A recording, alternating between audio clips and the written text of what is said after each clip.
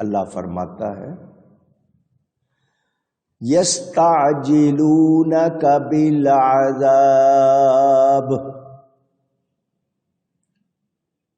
تم سے عذاب کی جلدی مچاتے ہیں، وَإِنَّ جَهَنَّمَ لَمُحِيطَةٌ بِالْكَافِرِينَ،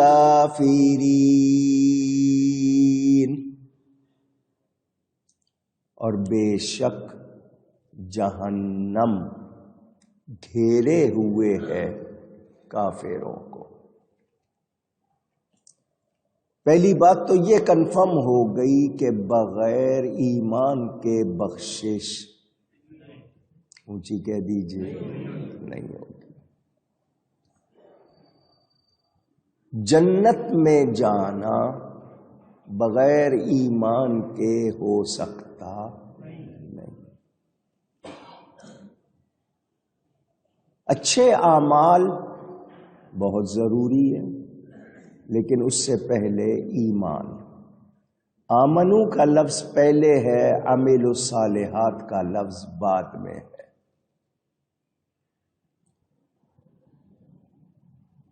اگر ایمان نہیں ہے، آپ کہیں گے کافر بہت اچھے اچھے کام کرتے ہیں لوگوں کی بھلائی کے لیے، ان کو دنیا میں صلہ ملتا ہے، ان کا عذاب اس وجہ سے کم ہوگا، لیکن بخشش ہو سکتی نہیں۔ خود فرما دیا جہنم گھیرے ہوئے ہے کافروں کو۔ یوم یغشاہم العذاب من فوقہم ومن تحت ارجلہم، جس دن انہیں ڈھانپے گا عذاب ان کے اوپر اور ان کے پاؤں کے نیچے۔ وَيَقُولُ ذُوقُوا مَا كُنتُمْ تَعْمَلُونَ،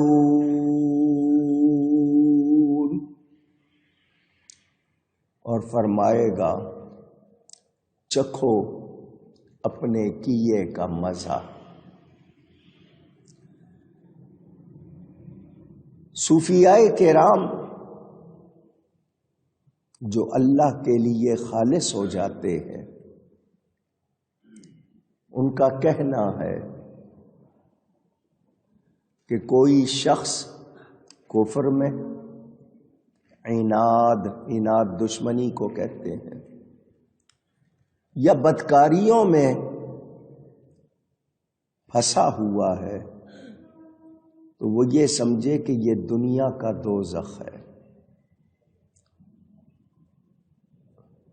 جس کو موت یاد نہیں، اس کے بعد جواب دینا یاد نہیں، اور وہ بدمست ہے، برائی میں گم، تو وہ یہ یاد رکھے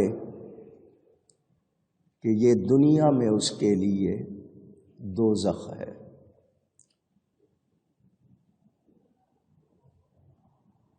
ایمان اور نیک عمل دونوں باتیں دہرائیے گا۔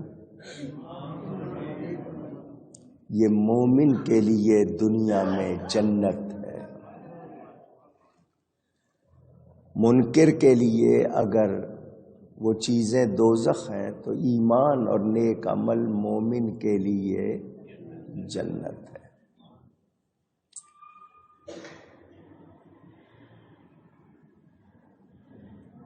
دوزخ اور جنت میں ہمارے اعمال، جزا اور سزا۔ جنت کس کو ملے گی؟ ایمان والے کو، نیکی والے کو۔ دوزخ کس کو ملے گی؟ منکر کو، نافرمان کو۔ جس پر رب کا قہر، غضب ہوگا وہ سزا پائے گا، جس پر رب کا فضل ہوگا وہ جزا پائے گا۔ حدیث شریف میں آتا ہے نبی کریم صلی اللہ علیہ وآلہ وسلم نے فرمایا اللہ سے اس کا فضل مانگا کرو، اللہ سے اس کا فضل مانگا کرو۔ اللہ کو وہ بندہ بہت اچھا لگتا ہے جو اس سے اس کا فضل مانگتا ہے۔ اور ساتھ ہی ایک حدیث میں فرمایا کہ قیامت کے دن لوگ بخشے جائیں گے اللہ کے فضل سے، اللہ کے فضل سے۔ آپ کو وہ بات سنائی تھی، ایک شخص اللہ کی بارگاہ میں حاضر ہوا، اس نے کوئی گناہ نہیں کیا تھا، اس کے نامہ اعمال میں کوئی برائی نہیں تھی،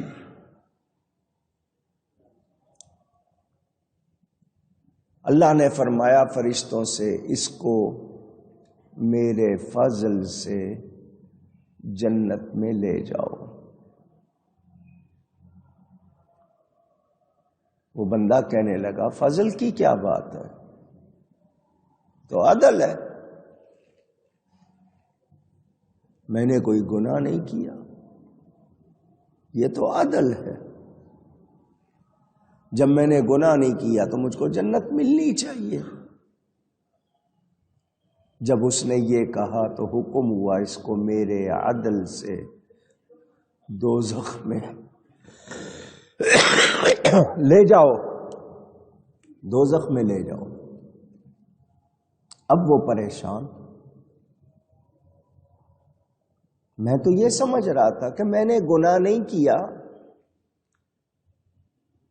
مجھے جنت ملنی چاہیے، یہ عدل ہے، اور اللہ فرما رہا ہے میرے عدل سے اس کو دوزخ میں لے جاؤ۔ وہ کہے گا یا اللہ یہ کیا ماجرا ہے؟ کہا جائے گا سر سے پاؤں تک تجھے وجود دیا ہے، کتنی نعمتیں دی ہیں، بتا ان کا حق کیا ادا کیا ہے، میری کسی ایک نعمت کا حق بتا تو نے کیا ادا کیا۔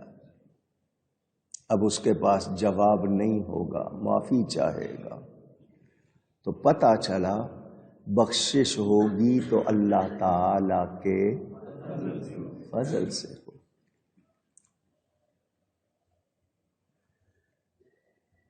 ہم لوگ فضل کے طالب، اور نبی پاک کے لیے کیا فرمایا؟ وَكَانَ فَضْلُ اللَّهِ عَلَيْكَ عَظِيمًا۔ حبیب آپ پر رب کا فضل عظیم ہے۔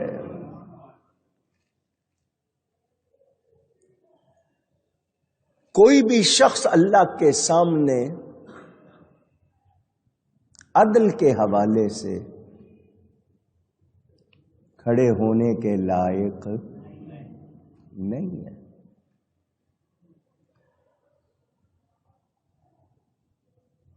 وہ کسی صوفی کا شعر آپ کو سنایا تھا میں نے،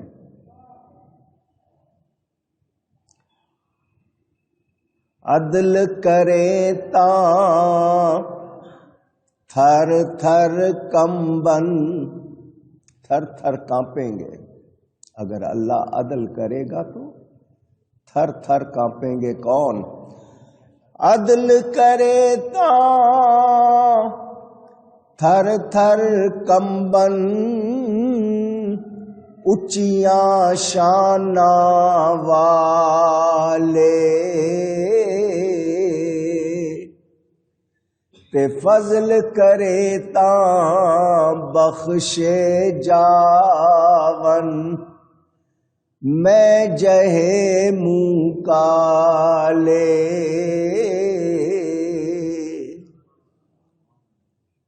اگر عدل کی بات آئے تو اچھے اچھے اونچی شانوں والے بھی کانپ رہے ہوں گے، اور فضل کی بات آئے گی تو ہم جیسے نکمے بھی بخشے جائیں گے۔ میرے حضرت صاحب یہ شعر بہت پڑھا کرتے تھے، فارسی کا، شیخ سعدی کا، شنیدم کے در روز امید و بیم، سنا ہے وہ جو دن ہے قیامت کا خوف اور امید کے درمیان والا. شنیدم کے در روز امید و بیم، بدارا بنے کا ببخشد کریم. وہ جو دن اتنا سخت، خوف اور امید کے درمیان والا دن، ہم نے سنا ہے اس دن نیکوں کی برکت سے برے بھی بخشے جائیں گے. کرم کی باتیں ہیں. شرط ایمان ہے. ایمان کو بہت اہمیت دینی چاہیے. ایمان جیسی کوئی نعمت نہیں. ایمان کے حوالے سے مومن چٹان کی طرح ہو. آندھی آئے طوفان آئے، اس کے ایمان میں ہلچل نہ ہو بلکہ وہ سلامت رہے. اس کی اتنی احتیاط کرے. اور شیطان کی کوشش ہوتی ہے کہ انسان دنیا سے بغیر ایمان کے جائے، اس کا ایمان کسی طرح لے لوں. اور اس ایمان کی حفاظت ہوتی ہے تو اللہ والوں کے ذریعے ہوتی ہے. اللہ والوں سے تعلق ہو تو پھر آخر وقت میں ایمان کی حفاظت ہوتی ہے، وہ بچاتے ہیں. اب دوسری بات جو ہم نے سمجھنی ہے وہ یہ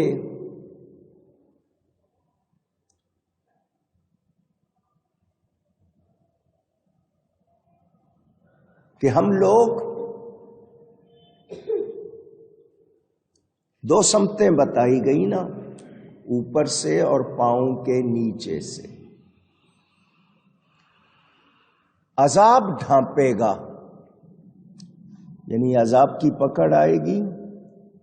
آپ کا وہم و گمان بھی نہیں ہوگا کب کہاں کیسے، اور وہ اچانک یا اوپر سے یا پاؤں کے نیچے سے. بڑا اکڑتے ہیں زمین پر، ایسے چلتے ہیں جیسے زمین پھاڑ دیں گے. دوسروں کو کہتے ہیں جانتے نہیں ہو. بڑے بڑے بول بولتے ہیں، یہ کر دیں گے وہ کر دیں گے، یوں ہوگا وہ ہوگا. اے بندے، پانی کا بلبلا ہے تو، ہوا نکلی تو سب ختم. اللہ سے ڈر. تیرے اندر رب کی طرف سے مہربانی ہو گئی، ایمان آ گیا تو اپنے اس ایمان کی حفاظت کر. ہماری بول چال، رہن سہن، میل جول، لین دین ہماری طبیعت ظاہر کرتا ہے. وعدے کا کتنا پابند ہوں، مزاج کا کیسا ہوں، اخلاق کیسے ہیں، یہ ہماری چیزیں ظاہر ہو جاتی ہیں. ایمان والے کے اندر عاجزی ہوگی، اکڑ نہیں ہوگی.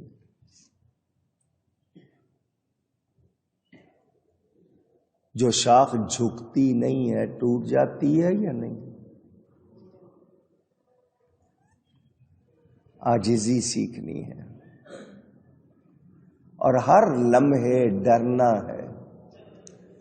حضرت شیخ سعدی رحمت اللہ علیہ فرماتے ہیں، عام لوگ نماز پڑھ کے کہتے ہیں یا اللہ قبول کر لے، یا اللہ قبول کر لے. وہ فرماتے ہیں نیک لوگ نماز پڑھ کے کہتے ہیں یا اللہ معاف کر دے. یا اللہ فرق کیا ہے؟ ہماری نماز کیسی ہے وہ ہمیں پتہ ہے، ہمارے سامنے ہے، مگر ہمیں حقائق کا، چیزوں کی اصلیت کا نہیں پتا، تو ہم اپنے گھمنڈ میں چھوٹی سی نیکی کو بھی ہم سمجھتے ہیں نہیں بہت کر لیا۔ وہ اللہ والے بہت کچھ کر کے بھی کہتے ہیں ہم کچھ کر سکے نہیں۔ نماز پڑھی ہے مولا تیری دی ہوئی توفیق سے، بہت سی کوتاہیاں ہو گئی ہوں گی، معاف فرما دے۔ یہ رویے کہاں سے آتے ہیں؟ یہ نیک لوگوں کی صحبت میں آتے ہیں۔ اللہ تعالی جس پر مہربان ہو، میرے حضرت صاحب فرماتے تھے اللہ جس پر مہربان ہو اپنے نیک بندے سے، اپنے پیارے بندے سے ملا دیتا ہے۔ جس پر مہربان ہو جائے اللہ، اس کو نیکی کی توفیق مل جاتی ہے۔ عذاب سے ہر وقت ڈرتے رہنا چاہیے۔